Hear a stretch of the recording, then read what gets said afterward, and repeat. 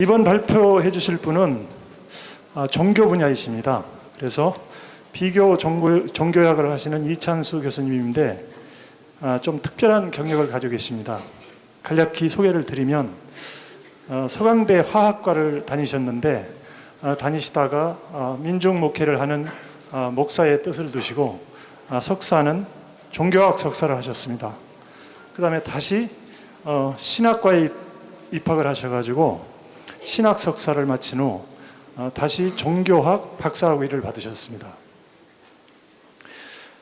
감신대, 동국대, 서울대, 이화여대 이런 쪽에서 비교 종교학을 강의를 오랫동안 하셨고요.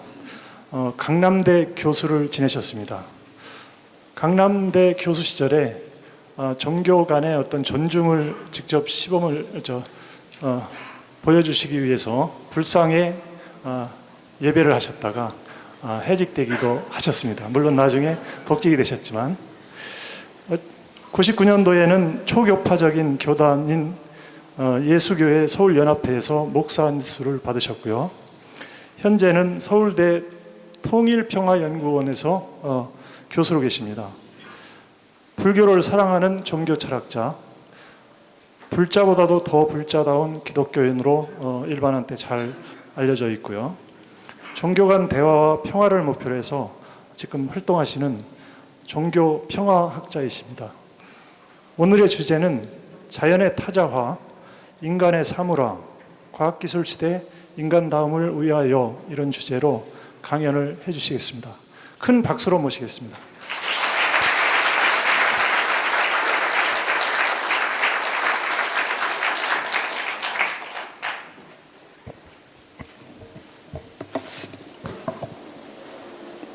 네, 소개받은 이찬수입니다. 지금 소개는 어떻게 저보다도 저를 더 과하게 소개를 해주신 듯한 느낌인데요. 그 내용은 있는 그대로 다 사실이긴 합니다. 그 시간이 많지 않아서 그런데 참고로 전체 어제 오늘 계속 진행하시는 분들이 대체로 과학적인 언어를 많이 쓰셔서 제가 너무 뜬금없이 종교 얘기만 하기보다는 좀 과학과 연결되는 말씀을 드리는 게 좋겠다 싶습니다. 명색이 아까는 소개하셨나? 아무튼 그래 학부는 화학과 출신이거든요. 그래서 다 잊어버리고 주기율표도 다 잊어버렸지만 그 오랫동안 과학과 인문학의 만남에 대한 생각을 해오긴 했지만 제대로 공부한 적은 없는데 머릿속에는 늘 아이디어가 있기는 합니다. 오늘 살짝 그것을 어쩌면 그 많은 선생님들에게 주제도 모르게 공자 앞에서 문자 쓴다고 주제도 모르게 누가 될는지 모르겠지만 과학에 대한 좀 비판적, 아주 근본적인 비판이 어쩌면 들어있는 건지도 모르겠어요.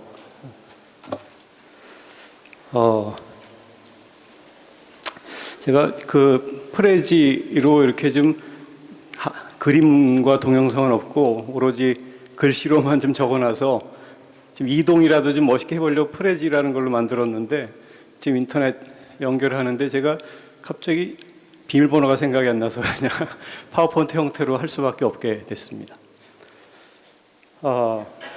아무튼 알아보려는 것은 이런 제목입니다. 제목 속에다 들어있는데요.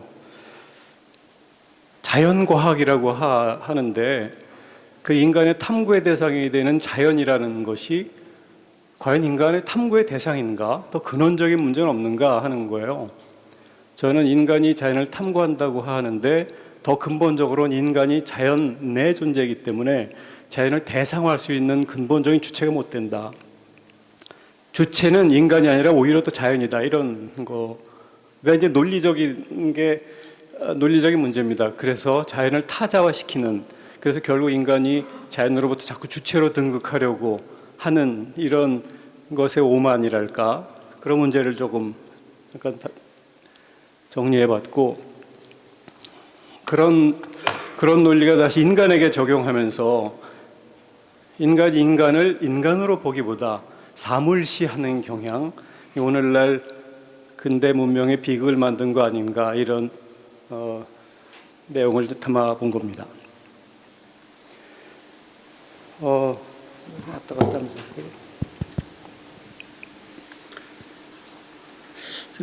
기본적으로 인간은 아까 말씀드린 대로 자연을 대상화한다고 하지만 가령 자연 밖에 그 나무 한 그루를 아니면 뭐 생물을 눈으로 관찰을 하지만 그래서 그 자연 법칙을 관찰하는데 사실 관찰하는 눈 자체가 자연 법칙에 따르죠.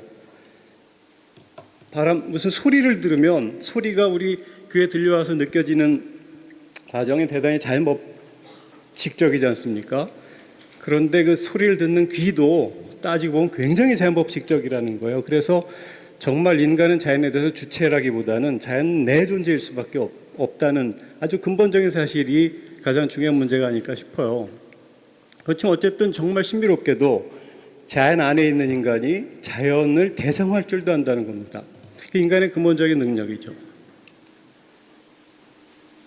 자, 여기에서 그런데 모든 문제가 파생된다고 생각이 드는데 가령 고대인이 10만 년 전에 그 고대인이 마른 나뭇가지를 비비면 열이 일어나고 불이 일어난다 하는 방법을 알았을 때, 자 그냥 그때는 천둥이 벼락이 치던지에서 불이 일어났었을 텐데 어떻든지 마른 나무를 비벼서 불이 일어난다 하는 것을 인간이 발견한 어떤 시점이 있지 않았겠어요? 그러면은 그것은 마찰열에 의해서 열이 일어난다는 것은 자연법칙이에요. 마찰을 하면 열이 일어난다는 것은. 그런데 그 사람은 자연법칙을 대상화한 것을 하면서 알게 되는 거죠. 자, 그러면 이 자연법칙, 마른 나뭇가지가 서로 부딪혀서 열이 나고 심지어 불까지 일어난다는 것은 자연법칙인데 자연법칙을 대상화하고 하면서 안 이후로 이렇게 하면 불이 일어난다 하는 식으로 하나의 방법으로 정리를 해서 옆 사람에게 알려주죠. 그게 바로 그래서 누구나 그 방법대로 하면 대체로 불이 일어납니다. 똑같은 비슷한 결과를 얻죠. 이게 기술입니다. 테크닉이죠. 그래서 사실 우리가 기술이라는 것은 인간이 발명해낸 것 같지만 사실은 발견해내서 원칙을 전수하는 과정 속에 있는 거지 않겠어요? 그래서 엄밀하게 얘기하면 기술도 자연법칙적인데 사람에 의해서 대상화되고 정리돼서 전수되는 자연법칙이다라는 거예요. 그 기술이 문명이라는 것을 만들었죠.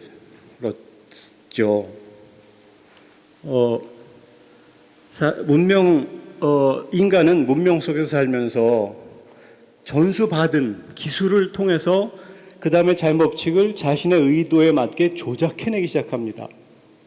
가령 마른 나뭇가지를 비벼서 불이 일어난다라고 했을 때 그 자연법칙을 이제 사람이 기술로 만든 이후 다음에는 자연법칙을 인간의 목적에 맞게 말하자면 조작하죠.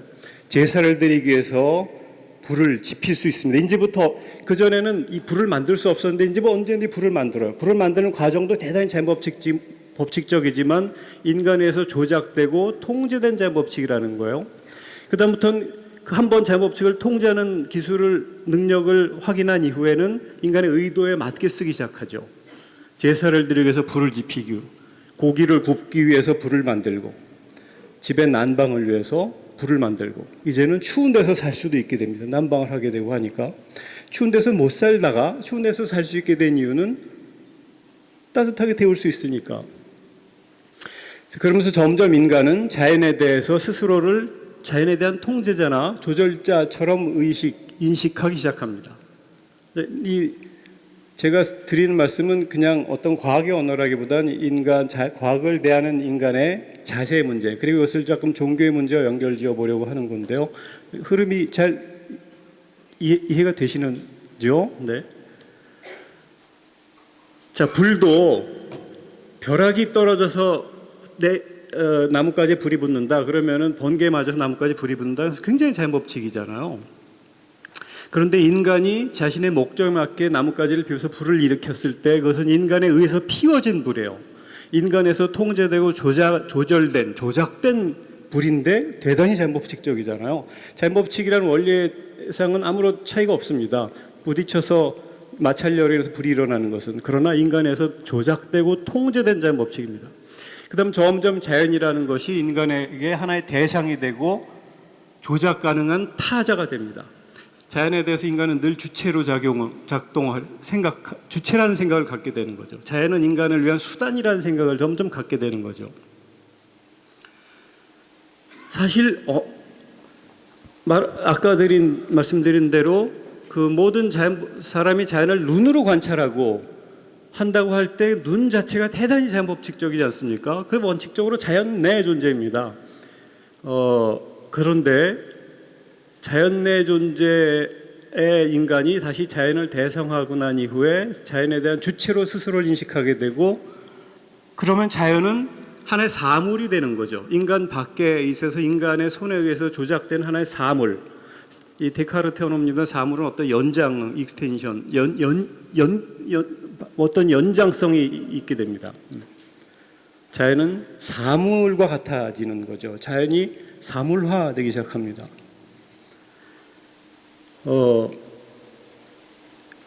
자연이 인간에서 타자처럼 여겨지죠. 그래서 그러면서 마른 나뭇가지를 비비는 것, 그래서 열이 나는 것이, 그리고 그런 법칙을 발견하고 사람들에게 전수하면서 기술이 생겨나는데, 그 기계 법칙은 인간이 앱스트랙트, 그러니까 다 자연 법칙인데 저절로 그런 자연 법칙이 아니라 인간에서 뽑아낸 자연 법칙이잖아요. 그럼 뽑아낸 자연 법칙, 좀 표현하면 그 추상화한 기계 법칙이 원래 자연 속에 들어서기 시작합니다. 그러면서 기계 법칙, 그 인간이 추상화시킨 기계 법칙이 인간을 위한 수단으로 작용하죠. 그 수단을 하다 보니까 인간은 그 다음에 자신의 의지와 의도, 욕망과 어떤 환상을 그 법칙 속에 계속 투사하기 시작합니다. 투사하면 투사할수록 자연 법칙에서 그 자연성, 자연이라는 게 한자로 얘기하면 스스로자 그러하려니인데요. 서양의 네이처보다는 훨씬 이른바 자연의 원리를 더 잘 설명해주는 언어가 아닐까 싶어요. 자연이란 한자는 낱말이 아니고 문장이거든요. 스스로 그러하다라는 의미를 담은, 누군가에서 조작된 것이 아니라 조작되기 이전부터 원래 그러한 거야 라는 의미가 담겨있는 하나의 문장인데요. 그게 자연성이거든요.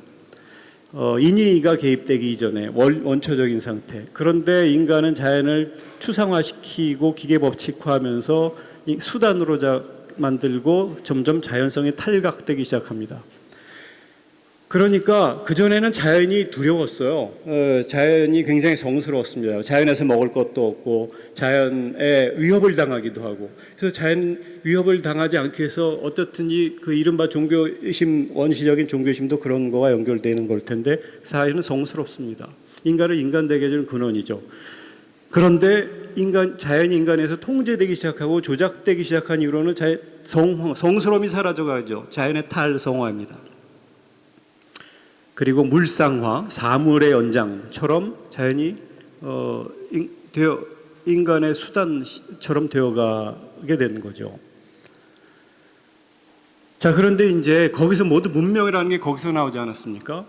만약에 자연 법칙을 인간이 수상화시켜서 통제된 자연 법칙은 뭔가 인간의 효과를 줍니다. 마른 나무를 비벼서 불을 얻으면은 그 불이 음식을 데우고 집을 따뜻하게 한다고 할 때 다른 누구든지 그 방법을 따라줘야만 효과를 얻을 수 있지 않겠어요? 사실 지금 파워포인트도 그렇고 요새 인터넷 기반으로 하는 프레지라는 것도 그렇고 이게 사실 대단히 놀라운데요. 인터넷을 기반으로 요새 이제 4차 산업혁명 얘기가 나오고 있지 않습니까? 네. 정말 세상이 이렇게 빨리 바뀌어도 되나? 인류가 20세기처럼 빨리 바뀐 적이 있었을까? 옛날 사람도 그렇게 생각했을는지 모르겠습니다만 세상 끝없이 변하고 있기는 하니까요. 걱정스러울 정도인데, 어쨌든 문명이죠. 근데 문명에서 효과를 얻으려면 인간이 문명의 법칙에 맞춰줘야 된다는 거예요. 인터넷이 얼마나 놀라운 결과를 낳습니까? 근데 이게 놀라운 결과를 낳으려면 인간이 놀라운 그 인터넷 법칙에 인간이 스스로를 맞춰야 돼요. 그렇지 않겠어요? 엄밀하게 얘기하면 인터넷 원리도 만약에 미시의 세계로 들어가서 하나 따져보면 대단히 자연법칙적일 겁니다. 모든 기계, 모든 게 다 그렇지 않습니까? 여기 마이크의 원리도 그렇고, 여기 스크린에서 빛을 통해서 글씨가 나오고, 글씨가 우리 머릿속에서 어떤 느낌을 주고, 이런 것이 미시의 세계로 들어가서 보면 너무 당연히 그렇게 된 거죠. 자연법칙적이죠. 그러나 인간에서 통제되고 조작된 자연법칙입니다. 인간이 추상화시킨 자연법칙. 여기 나무, 산에 있는 나무가 이게 나무인지 무슨 화학적 뭔지 갑자기 모르겠네요. 이렇게 인간 앞에 오르게 되는 과정은 인간이 나무를 도끼로 자르고 나무로 베고 대패질을 하고 여기 화학 리스치를 하고 이런 작용이 있는 거 아니에요? 근데 모든 거 하나하나가 원소든 뭐든 다 자연법칙, 자연 안에 있는 거예요. 그것을 새로 어쨌든 조작을 해냈던 창조된 것이 아니라 다 대부분 재구성된 것인 거죠. 자, 그런데 어쨌든 그런 것들에서 인간이 효과를 보려면 인간이 재구성해낸 법칙에 인간이 또 맞춰줘야 된다는 거예요. 인터넷 컴퓨터에서 효용성을 얻으려면 컴퓨터 법칙에 인간이 맞춰줘야 효용성을 얻는 거지 맞추지 않고 효용성을 얻는 법은 없지 않습니까? 아까 마른 나무를 비벼서 불을 얻는다고 할 때 거기서 불을 얻었으면 마른 나무를 비벼야 불을 얻는 거 아니겠어요? 그 법칙대로 해줘야 돼요. 그 말은 달리 얘기하면 인간이 자연법칙의 주체자처럼 생각하는 사이에 사실은 자연법칙에 종속되고 있다는 거예요. 종속의 법칙에 맞추지 않으면 효과를 주지 않으니까. 그래서 효과를 얻어가면서 문명이 생겨났고 오늘날까지 변해오고 있는데, 발전인지는 모르겠습니다. 아무튼 변해오고 있는데, 그 변해오는 과정은 뭐냐면 자연법칙에 인간이 다시 맞추는 거예요. 그래서 부정적인 언어를 표현하면 다시 자연법칙에 종속되는 거죠. 인간이 스스로 기술화한 자연법칙에 다시 따라야 합니다. 인간이 만든 기술에 인간이 스스로를 종속시키는 거예요. 인간이 자연법칙의 주체인 것처럼 생각하지만 사실은 자연법칙에 종속됨으로써만 주체성이 획득되는 것이지 그 자체로 주체적이지 않다는 겁니다. 문명은 인간이 만들었죠. 그런데 분명한 사실은 인간은 만든 문명을 다시 바꿀 수 있을, 순식간에 역전시킬 수 있을 만한 능력이 없어요. 문명의 법칙에 맞춰줘야만 문명의 효과를 누리니까 대부분의 사람이 문명의 법칙에 맞추죠. 효과를 누리기 위해서. 그런 순간 문명의 법칙에 종속되는 거죠. 그러니 인간의 문명의 주체가 아니라 종속물 형태로 가고 있는 거 아니겠어요? 이건 논리를 바꿔서 얘기하면 자연법칙이 스스로 인간에게 참 주제도 모르는구나, 네가 주인이라고 하면서 다시 인간을 재종속시키는, 다시 자연법칙이 스스로를, 주체성을 다시 자연법칙이 확인하는 것을 인간에 보여주는 것이라고도 얘기할 수 있지 않겠나 싶습니다. 인간이 그 추상화시킨 기술이라는 것, 그것은 방법이라는 것을 통해서 사람들에게 전달됩니다. 그 가다모라는 해석학자, 철학자가 진리와 방법이라는 책을 썼는데 그 책의 핵심은 그 제목에 들어있죠. 진리는 방법적이지 않다는 거예요. 하나의 누구나 이대로 하면 똑같은 결과를 얻는다는 것이 가다모라는 철학자가 생각할 때 그런 건 진리가 아니라는 겁니다. 그러나 이제 과학은 넓은 자연과학, 그리고 사실 어제 최재천 교수님도 과학과 기술은 다른 건데 자꾸 그 기술이 과학을 대체하는 것처럼 사람들에게 언어가 패러다임이 바뀌는 것에 대해서 대단히 안타까워 하셨지만 그게 현실이기도 한 거죠. 인간이 방법을 찾아낸 것은 그것이 기술은 방법이죠. 공장의 기술은 다 똑같은 제품을 만들어내지 않습니까? 그 기술 속에 집약된 방법에 따라주기만 하면. 그런데 그것은 다 늘 인간 밖에 있어요. 인간이 만들었지만 인간 밖에서 돌아가는 추상화된 자연 법칙이죠. 그런데 인간이 만들어내고 찾아낸 방법이 그 농도가 짙으면 짙을수록, 구조가 복잡하면 복잡할수록 더 많은 효과를 낳는 것 같지만 인간을 그만큼 더더욱 종속시킨다는 사실입니다. 가령 2011년도에 이른바 동일본 대지진은 대단히 자연법칙적이에요. 그렇지 않습니까? 뭐 지금 멘틀이 뭐 움직이기 위해서 지가 판이 부딪히면서 그게 요동치는 것이 지진인데 얼마나 자연법칙적이에요. 지구는 끝없이 내부적으로도 이동하고 있지 않습니까? 근데 그런 대지진에 따로 인해서 후쿠시마에 건설된 핵발전소가 그 쓰나미로 인해서 그 정전이 되고 그것이 핵발전소 폭발한 형태로 나타났죠.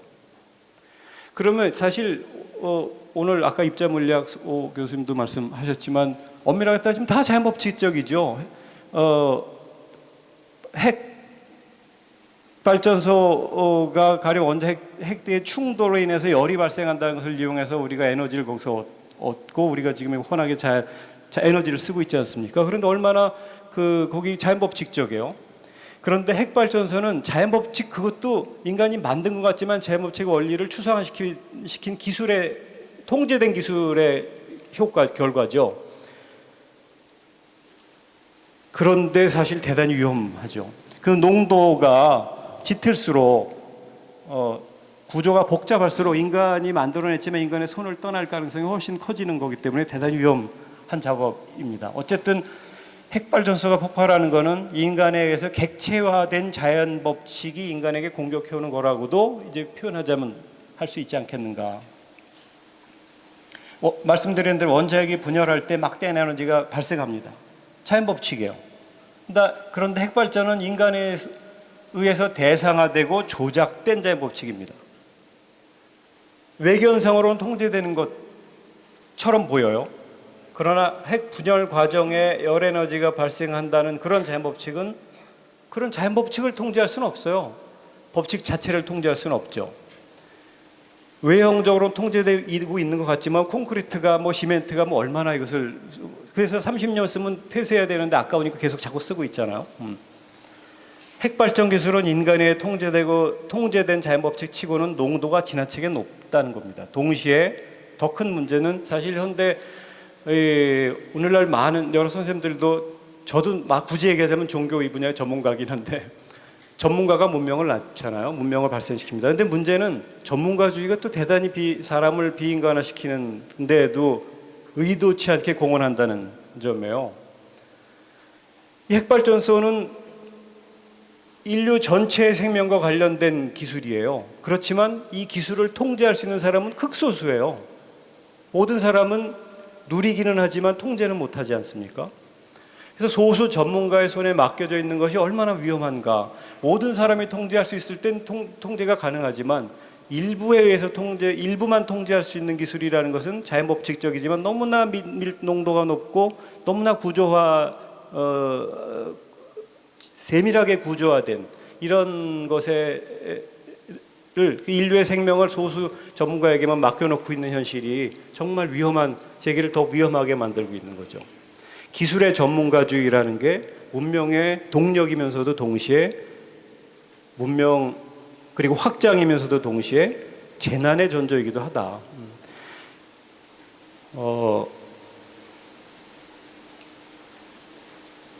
울리백이라는 작년에 타계한 독일의 사회학자의 책 중에 위험사회라는 책이 있습니다. 1986년도에 나온 책인데 여전히 우리 사회를 잘 설명하는 아주 고전이고 한번 읽어보실 만한 책이죠. 오늘날 기술이 대단히 고도로 복잡해지면 복잡할수록 그만큼 위험성도 고도로 복잡해지고 더 위험해진다는 사실입니다. 물론 이 얘기는 우리 백의 얘기는 아니고 이제 전체적으로 요새 나오는 이야기들입니다만 문명이라고 하는 것은 인간에 의해서 작동되기 시작한 것 같지만 사실은 인간의 이성적 계획 밖에서 언제나 의도 너머에서 벌어지게 마련이죠. 세월호가 침몰을 해요. 사실 엄밀하게 얘기하면 철판이 바다에 떠 있는 거는 떠 있을 수 없지만 밑에 공간을 만들고 적당히 균형을 잡아 놓으면은 그 공간은 또 물 위에 뜨니까 자연법칙을 이용한 자연법칙이죠. 이용근에서 이용당한 자연법칙의 결과로 철판이 바다에 떠다니는 거 아니겠어요? 그러나 분명한 사실은 또 몇십 년 지나면 철판에 부식되고 뭐하고 해서 사라지는 것이 자연법칙이에요. 그러니까 언젠가는 그대로 떠 있기만 한다면 언젠가는 가라앉는 게 자연법칙이죠. 근데 사람은 이상하게 어제 갔으니까 오늘도 갈 거라고 생각하고, 어제 적당히 운전했으니까 내일도 적당히 운전하면 갈 거라고 생각하는 것이 연속 되다 보면 이 위험이 누적, 그 자연법칙, 통제된 자연법칙의 틈이 점점 벌어지면서 그냥 자연법칙 그대로 드러나게 마련이죠. 사람이 그걸 재난이라고 얘기할 수 있지만 인간이 자연법칙을 통제할 줄 안다는 착각 속에 사로잡힌, 거기서 얻는 이익에 누리는 효용성을 누리는 데 취해 있는 순간 자연법칙이 도전해 오는 거 아니겠어요? 문명이 인간에서 만들어졌지만 인간의 통제를 언제나 넘어서는 결과를 새로 낳고 있다는 겁니다. 그래서 자연을 도구화하고 사물을 조작하는 능력이 인간에게까지 이제 적용이 되는 거예요. 구조적으로 보면 인간이 인간에게 목적이 아니라 수단시 되고 있죠.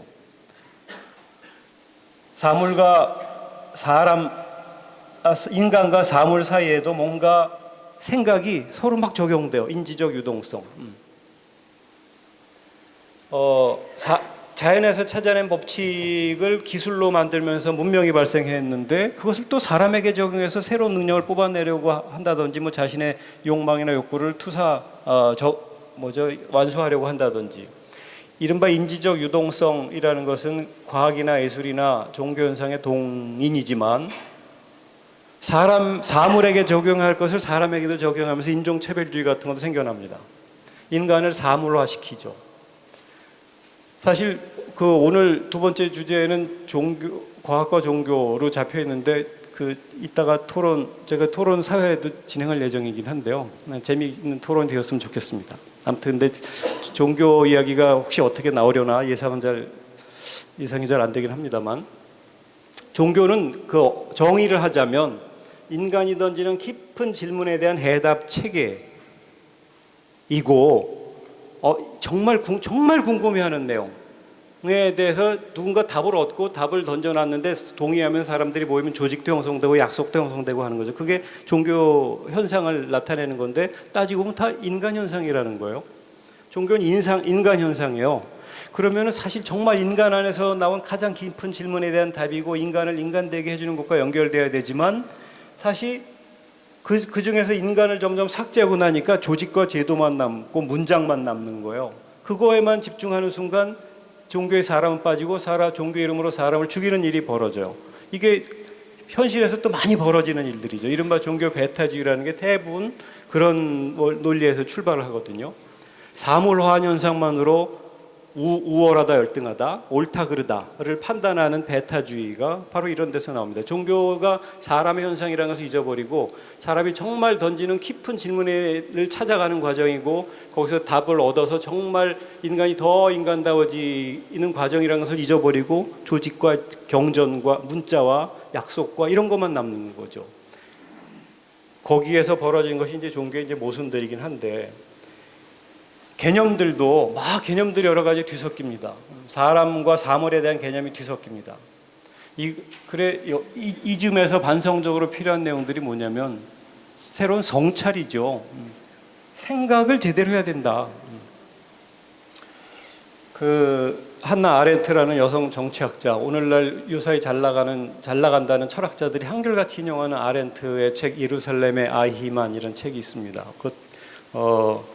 2차 대전, 그러니까 나치 포로 수용소에 유대인들 대학살을 했던 주범 중에 한 사람인 아히만을 체포해서 이스라엘에서 지문하는 과정을 정리해낸 책인데, 그 책을 보고 아렌트가 정말 저렇게 수백만의 사람을 죽이는데 공헌했던 저 사람은 굉장히 악의 화신일 것처럼 생각하고 재판정에 참석했는데 보니까 너무 평범한 사람이더라는 거예요. 이제 요지는 그거죠. 근데 저렇게 자기가 그런데 왜 저런 엄청난 일을 벌였을까 생각해 그것을 잘 대화를 해보니까 자기가 무슨 일을 하는지 생각하지 않고 살기 때문이더라는 거예요. 그냥 지시받은 대로 하고, 그것이 자신의 현재 위치에 유리하니까 그냥 하고, 그것이 수백만을 죽이는 형태로 나타났다. 그래서 악이라는 게 무슨 어마어마한 뿔 달린 형태로 나타나는 게 아니라 너무 평범한 형태로 나타난다. 악이 왜 발생하는가 생각하는데 무능력하기 때문이다. 생각하는데 무능력하는 곳에서 아까 말한 세월호도 벌어지고, 어찌 보면 지금 이른바 최순실 국정농단 사태 또 벌어지고, 뭔가 도대체 내가 하는 것이 무엇이지? 라는 것에 대한 한 단계 더 들어간 생각을 해야 되는데, 그냥 자신의 일상에 파묻혀서 하다 보면, 그것이 누적되다 보면 어디서 터지는 거죠. 전쟁도 그런 논리에서 벌어집니다. 제가 요사이는 아까 소개해 주신, 제가 요새 한 5년 동안 제일 열심히 하고 있는 분야는 평화학인데요. 평화학, 나도 언제 기회가 되면 나눌 수 있는 기회가 있으면 좋겠다 싶긴 합니다. 뭐 재밌고 인류가 정말 마지막으로 해야 될 학문이 아닐까 하는 생각이 들기도 합니다. 자, 앞에 했던 얘기로 다시 돌아가면, 인간은 자연 내 존재입니다. 이 하이데거라는 철학자가 인간을 세계 내 존재라고 규정을 한 바가 있죠. 세계라는 것은 단순히 지구를 얘기하는 것이 아니라 인간이 인간에게 해주는 지평을 얘기합니다. 인간은 근데 지평을 만든 게 아니라 거기에 던져진 거예요. 거기 태어난 거죠. 애당초 그 세계를 넘어설 수가 없는 존재예요. 내 존재라는 겁니다. In der Welt sein. 이 세계 독일어입니다만 영어식으로 하면 being in the world로 되어 있는데, 이 하이데거는 일부러 요거를 독일어로 얘기할 때 영어식으로 표기는 애매하지만 독일어는 가능하죠. in을 강조하기 위해서 맨 앞에 써놨어요. 그리고 여기 하이픈으로 해놔서 다 연결성을 얘기하기 위해서 해놨는데, 세계 내 존재라는 거예요. 네. 한 번도 세계 안에 그냥 던져진 거고 거기를 넘어서 본 적이 없다는 거예요. 그래서 인간이 모든 생각하고 뭐하고 행동하는 근거가 바로 세계다. 그런 거랑 비슷하게 인간은 자연 내 존재. 뭐 제가 그냥 하이데거 말을 인용해서 적어놓은 거긴 합니다만, 바로 자연을 관찰하는 눈이 자연 법칙적이죠. 그래서 관찰된 것이 정말 자연인가라고 물으면 한 번 더 의심할 수밖에 없다는 거예요. 왜냐하면 눈이, 뇌가, 귀가, 우리 감각이 다 자연 법칙적이기 때문에 자연 법칙이 자연 법칙을 관찰하는 꼴 아니겠어요?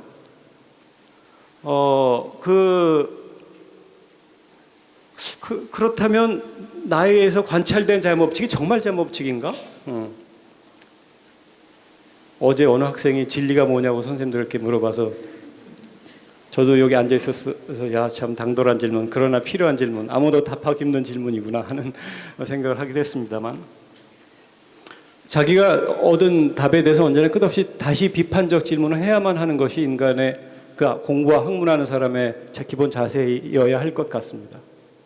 자연을 타자화시키는 데서 자연 내성의 회복이 모든 학문이 또 근간이어야 하지 않을까 싶고요. 근데 참 재밌게도 인간이 이제 미스테리죠. 자연 내 존재인 인간이 자연을 다시 대성한다는 거예요. 아까 지금 처음의 질문입니다. 사르트르란 철학자의 인간은 헤겔이나 사르트르 이런 사람이 얘기한 거지만, 인간은 대자 존재.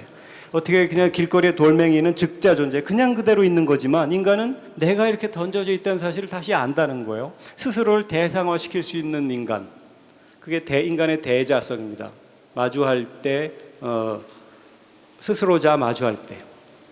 그러니까 내가 나를 본다는 게 놀라운 일이죠. 정말 최고의 이게 진화의 법칙, 진화의 산물일 수도 있고 뭐일 수도 있겠지만, 내가 나를 다시 본다는 거는 바로 이 사실을 잘 보면서 여기 종교도, 여기서 정말 철학도 나오고 종교도 나오고 모든 학문이 여기서 나오는 거기도 하죠. 내가 나를 다시 보는 이것이 초월입니다. 이게 사실 우리가 이 종교에서 초월적 실제에 종교를 또 초월적 실제에 대한 믿음 체계 이렇게 정의하곤 하는데, 그때 초월이란 말을 사람들이 대부분 공간적 넘어섬으로 상상하는 경우가 많거든요. 근데 엄밀하게 얘기하면 공간적 넘어섬이라기보다 인식적 넘어섬이에요. 내가 현재 인식하고 있는 것을 언제나 넘어서는, 내가 다 파악할 수 없는 어떤 것, 정말 영어식으로 하면 리얼 혹은 리얼러티죠. 내가 다 파악할 수 없는 어떤 세계에 대한 통찰과 그로 인한 삶의 자세의 변화로 나타나는 것이 이제 종교거든요. 근데 그러니까 그것이 자연 안에서 자연을 넘어서는 행동이에요. 그러면 인간이 자연을 넘어서는 것, 아까 인간이 자연을 관찰한다고 하는 것 같지만, 사실은 하는 눈 자체가 자연 법칙적이라는 차원에서는 자연이 자연을 관찰하는 거고, 자연이 자연을 넘어서는 거예요. 자연이 자연을 넘어서는 것이 자연 안에서의 자연으로의 초월 같은 겁니다. 이게 제가 종교학을 하면서 그 불교학 동양의 대표적인 종교인 불교 또 서양의 대표적인 종교인 기독교 신학 이런 것을 비교하는 것이 가장 오랫동안 해온 작업인데요. 겉으로 들어가는 언어가 대단히 다른 것 같지만 속으로 들어가면 구조가 너무너무 똑같아요. 주어진 세계에 대한 발견이고 그것을 맞춰서 내가 어떻게 살아야 할까 하는 윤리적, 사회적 실천의 형태로 나타나거든요. 그 한결같이 인간 이전에 뭐가 있다는 거예요. 늘 끝없이 대학 시절부터 궁금했던 내용 중에 하나는 왜 없지 않고 있을까 하는 질문이에요. 늘 궁금합니다. 뭔가 왜 없지 않고 있지? 이것은 뭐 하이데거 같은 사람의 언어이기도 합니다만. 근데 결국은 자연 내 존재성의 회복, 이게 라이트가 어떤 거죠? 그냥 안 나오는 것 같아요. 그거 안 들렸어요. 그것이 자연 안에 있지만 자연 내 존재이지만 내 존재라는 사실을 확인하는 것, 그것이 사실 다음 페이지 있나요? 초월이거든요. 인간의 대자성입니다. 자기가 자기를 확인하는 능력. 이게 종교 언어도 사실 여기서 나와요. 사실 기독교 내진 가톨릭과 개신교를 포함하는 언어입니다. 제가 기독교라고 얘기할 때는 다 사실 거기거든요. 모든 원리가 같고 경전이 같고. 한국에서는 기독교 그러면 개신교만 일컫는 언어를 기독교라 그러고 나는 기독교 아니야, 난 천주교야, 난 가톨릭이야 이렇게 얘기하는데 언어가 그렇게 되어 있으니까 쓰긴 합니다만 의미는 잘못된 언어입니다. 예수를 그리스도로, 즉 그리스도를 한문으로 하면 중국 사람이 기리사독이라고 했지, 이리스두라고 했고 그래서 한문으로 하면 기리사독을 줄여서 기독이 된 거라서 예수를 기독으로 믿는 종교는 기독교죠. 가톨릭이나 개신교는 다 똑같은 기독교. 아무리 종파가 많아도 이 원리 안에 있으면 다 기독교입니다. 자, 그런데 가톨릭이든 개신교든 이 기독교 전통의 핵심이 뭐냐면 추리고 추려서 모든 것을 추리고 추려 모두 어마어마한 교리들이 수천 년 형성되어 온 것 같아요. 다 추리면 여기서 하나 만날 수 있는 최종적인 핵과 같은, 원자 핵과 같은, 뭐 쿼크라고 해도 상관없을지 모르겠습니다만 그 세계는 제가 보건대 은총 같아요. 은총이란 말은 아무런 대가 없이 본래 주어진 선물 이런 뜻이거든요. 인간은 자연법칙 안에 던져져 있다. 자연법칙은 인간에 작용하고 있는 거죠. 근데 던져져 있는데 자연법칙이 또 인간의 모습으로 또 작용을 해요. 인간이 아무리 자연법칙을 관찰하는 것 같고 조작해내는 것 같아도 더 근원은 더 자연법칙인 거죠. 더 근원으로 들어가면. 다 주어져 있다 하는 거예요. 원래 그렇게 되어 있다. 내가 만든 거 하나도 없다. 사람이 밥을 먹고 삽니다. 밥을 인간이 창조해냈나요? 아니요. 그냥 주어져 있던 거예요. 인간이 유전자 조작을 해서 더 많은 결실을 얻을 수 있도록 하긴 하지만 그 원리 자체도 굉장히 또 자연법칙적이죠. 미시의 세계로 들어가면. 화학 분조식을 만약에 바꾼다고 하더라도 바꾸면 이렇게 된다는 원리는 굉장히 자연법칙적이죠. 인간에서 조작된 자연법칙이죠, 물론. 근데 다 주어져 있어요. 밥을 먹고 소화시켜요. 그럼 위가 주물주물했다가 영양을 대장에서 흡수하고 해요. 인간의 능력입니까? 아니에요. 그냥 원래 위하고 대장에서 이것을 소화시키는 건 원래 자연법칙이에요. 진화적인 결과이든 뭐든. 원래 산의 진미가 그냥 이렇게 자연에서 온 거로구나. 우리도 자연스럽게 먹지만 만약에 정말 다 주어졌구나. 다 선물이구나. 내 것이 아니구나. 이런 통찰까지 가면 정말 좋은 종교인이 되는 겁니다. 근데 이제 현실은 종교라는 것이 자꾸 엉뚱한 대로 나타나는 경향이 있긴 합니다만 원리는 그렇다는 거예요. 모든 것이 무조건 선물이다라고 이제 이런 언어를 쓴다면 은총 또는 은혜인데 사실 은혜란 말은 불교에서도 많이 쓰는 말이거든요. 근데 조금 더 이 원리를 잘 나타내 준다면 불교에서 일체 중생 시류불성, 살아있는 모든 것들은 불성이 있어. 그렇다는 거예요. 인간이나 동물이나 생물, 모든 삼라만상은 다 불성이 그렇게 작용하고 있는 거야. 그래서 말 한마디가 중생이 붙여야 이런 얘기를 하잖아요. 스님들이 무슨 화두처럼 내뱉는 말인데 속으로 들어가면 이런 원리가 있는 겁니다. 속으로 사실 인간을 원자 분자 단위로 해체시켜 놓고 무슨 쿼크 단위로 인간을 해체시켜 놓고 하면 너무 평등하죠. 사람과 사물 간에도 평등합니다. 어쩌면 종교의 은총의 세계는 그와 같아요. 그래서 그 세계를 불교에서는 불성이라고 표현합니다. 그 깨달음의 성품. 부처님이 석가모니 부처님이 시탈타 왕자가 출가해서 6년 동안 수행해서 깨달음을 얻었어요. 깨달은 사람을 산스크리트어로 붓다라고 합니다. 눈 뜬 사람 이런 뜻이거든요. 뭐에 눈 떴냐면 독자적인 실체라는 건 하나도 없어. 내가 나라고 여기는 게 있는 줄 알았는데 그런 거 없다. 무아에 대한 깨달음이요. 그리고 서로가 세상 만상 얽혀서 존재하는 관계적 존재라는 사실을 깨달았어요. 그러니까 나라는 고집하는 주체로서 내가 사라지고 나니까 집착이 사라져. 자유롭게 살아요. 심지어는 죽음에 대한 두려움도 사라져. 죽어 두려워하는 나가 사라지고 나니까.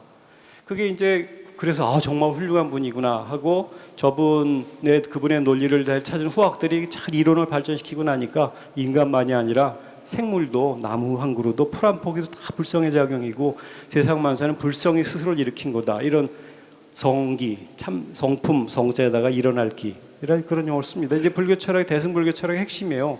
그 핵심은 내가 만들어내고 조작해낸 거 하나도 없다예요. 그냥 그렇게 된 거다. 그걸 기독교에서는 은총, 은혜 이런 말을 쓰고 불교에서는 깨달음, 불성 혹은 열반이랄까 이런 언어를 씁니다. 본각, 본래 깨달아 있는 거야. 인간은 못 깨달았다고 사실 깨달아 있다는 것을 지금 모를 뿐이지. 꼭 알기 위한 공부는 해야 됩니다. 이 모든 것이 본래 그렇게 되어 있다는 사실에 대한 인식에서 그 인식도 자연 안에서 이루어집니다. 그래 종교를 그런 점에서 다시 정의해 보면 학자들은 절대 신념 체계, 초월적 실제에 대한 믿음 체계, 궁극적 관심에 대한 해답 체계, 궁극적 관심의 상태 여러 가지 종교 정의가 있습니다. 아무튼 우리의 맥락에 맞게 정리해 보면 본래 그렇게 되어 있는 실제 또는 힘의 체득, 원래 그렇게 되어 있는 세계에 대한 체득이고 그것을 개인적이고 윤리적이고 사회적으로 구체화시키기 위한 체계로 나타난다면 그게 종교입니다. 근데 대부분 이런 체계를 이 세계를 핵심으로 봐야 되는데 이 중에 표현된 어떤 문장 하나, 이 중에 조직된 인간 조직, 그것을 종교라고 착각하는 순간 굳어진 사물의 인간이 다시 종속되는 거 아니겠어요? 그것을 종교라고 착각하는 표피적인 의미의 종교인이 이제 문제를 일으키는 거기도 하죠.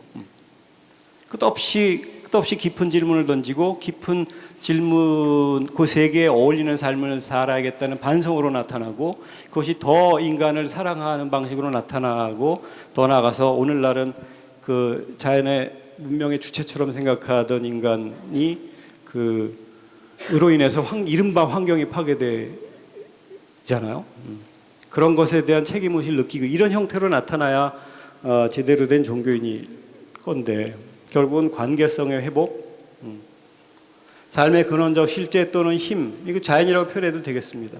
이거와의 관계성 회복이 종교의 근간일 것 같고요. 이게 종교들에서 얘기하는 거의 대부분의 논리는 이런 것에 거의 50보 100보 아니 아무튼 한두 걸음 차이입니다.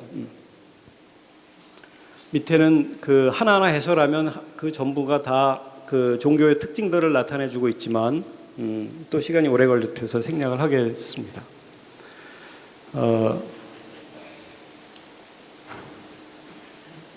한 페이지가 더 있는 줄 알았는데 끝이.